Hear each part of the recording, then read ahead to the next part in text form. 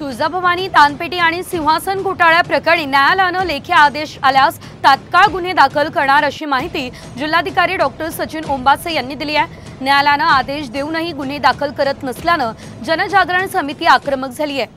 तत्कालीन जिल्हाधिकारी विश्वस्त व्यवस्थापकासह 16 जणांवरती गुन्हा नोंदवण्याचे आदेश असूनही प्रशासनाकडून चालढकल सुरू आहे असा आरोप हिंदू जनजागृती समितीनं केलेला आहे।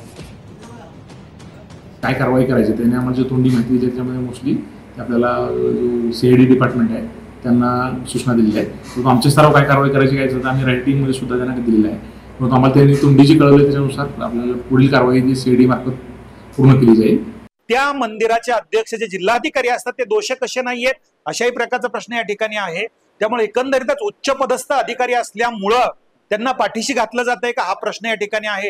हिंदू जनजागृती समितीच्या माध्यमातून ज्या 16 लोकांना उच्च न्यायालयाने दोषी ठरवलेले आहे, जर तत्काळ यांच्यावरती गुन्हे दाखल झाले नाहीत तर आम्ही अवमान याचिका दाखल करणार आहोत। त्याचबरोबर अगदी मंत्रालयासमोर बसून आंदोलन करावं लागलं तरी आंदोलन देखील करणार आहोत।